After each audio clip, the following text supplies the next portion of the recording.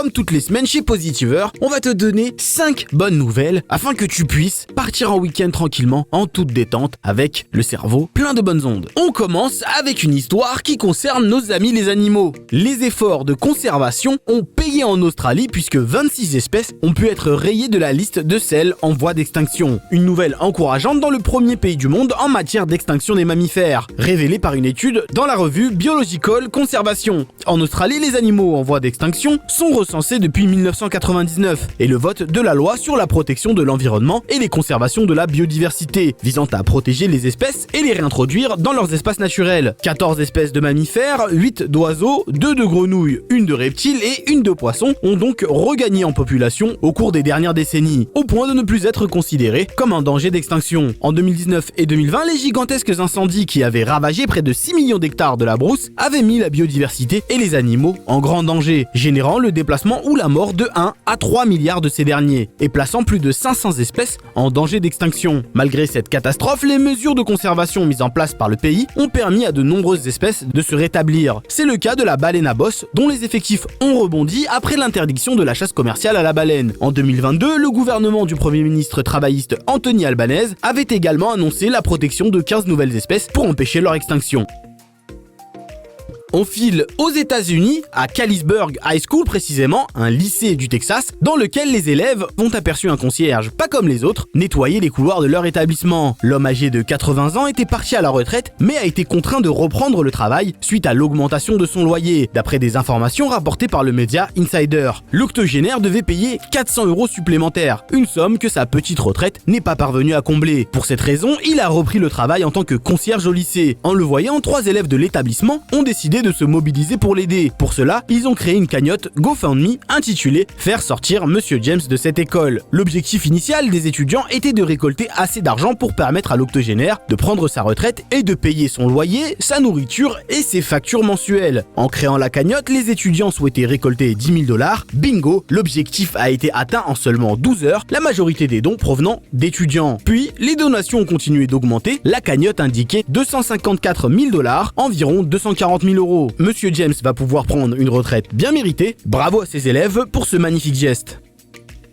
Pour la suite, on reste aux États-Unis avec Sherry Langston et ses enfants. Ils habitent à Seattle et ont repéré un chien sur internet grâce à une photo postée par le département des services animaliers. Harvey a une malformation au niveau du visage, ce qui lui donne un air toujours souriant. Accompagné de ses 2 enfants, Sherry a conduit de Seattle à San Diego pour rencontrer le husky et l'adopter. Un aller-retour de 4000 km que la mère de famille ne regrette absolument pas. Sherry a finalement réussi à atteindre San Diego et s'est rendue au refuge. En voyant Harvey, qui était toujours disponible à l'adoption, le coup de foudre a été immédiat. Ainsi, la famille Langston a adopté le husky et aujourd'hui le chien vit des jours heureux et s'entend à merveille avec tous les membres du foyer.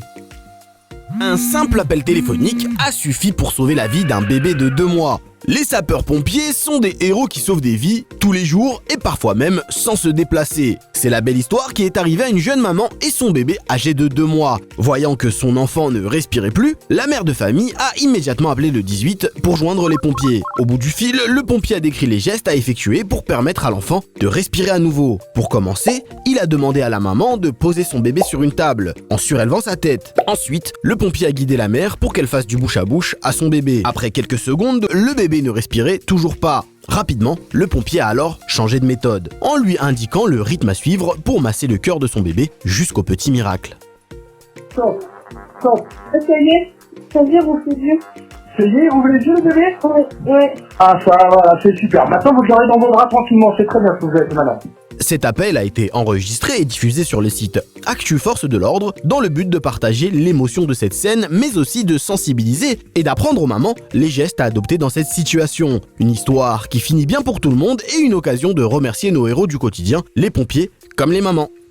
On file dans le sud de la France pour un sauvetage en mer. Un homme âgé d'une trentaine d'années a décidé d'aller se baigner à Nice. Jusque-là, rien de grave, mais ce jour-là, des vents violents soufflaient sur la ville et une houle importante s'est formée dans la mer. Pris au piège au milieu des grosses vagues, le nageur s'est rapidement retrouvé en difficulté et a commencé à se noyer. Témoin de la scène, un homme de 44 ans n'a pas hésité à sauter dans l'eau pour lui porter assistance. Il s'agit de Frédéric, le gérant du restaurant Le Félix Fort à Nice. Le baigneur a été transporté dans un état grave à l'hôpital. L'acte de bravoure de Frédéric a été salué par le maire de la ville, Christian Estrosi, et son premier adjoint, Anthony Boré. Les deux élus ont demandé au préfet d'accorder une médaille au gérant du restaurant pour cet acte de courage et de dévouement. Et chez Positiveur, on partage cet avis, une médaille pour Frédéric. Merci d'avoir fait le plein de bonnes nouvelles avec nous. On se retrouve très prochainement pour une nouvelle vidéo. N'hésitez pas à vous abonner et à activer la cloche pour ne pas manquer nos prochaines publications. Ciao!